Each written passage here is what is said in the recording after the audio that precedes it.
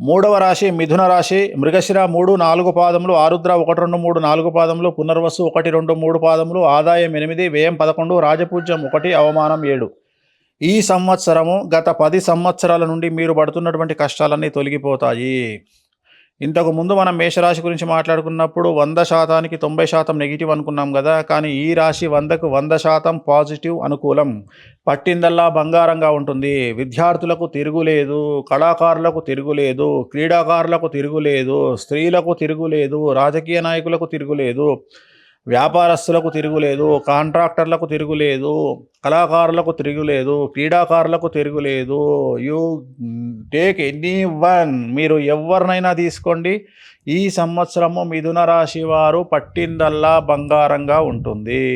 So మీరు ఏదనుకుంటే అది జరుగుతుంది. విపరీతమైన ఆదాయపరమైన మార్గాలు వస్తాయి. 10 రకాలుగా డబ్బు చేతికి అందుతుంది. సమాజంలో, సంఘంలో గౌరవం, పేరు ప్రఖ్యాతులు, పదవులు, అవార్డులు, రివార్డులు, అసలు ఏదంటే అది లభిస్తుంది. గుర్తుంచుకోండి, గత 10 సంవత్సరాల నుండి మీరు పడుతున్నటువంటి కష్టాలన్నీ తొలగిపోయే రోజు జనవరి 1, 2026. తిరుగులేదు మీకు. గురుబలం ఉంది, శని బలం ఉంది, మీ రాహుబలం ఉంది, కేతు బలం ఉంది. ఏదంటే అది చెయ్యండి. చాలా గొప్పగా ఆలోచించండి, గొప్పగా కలలు కనండి, కలలను నెరవేర్చుకోనండి. మీకు రెమెడీస్ ఏమీ అవసరం లేదు.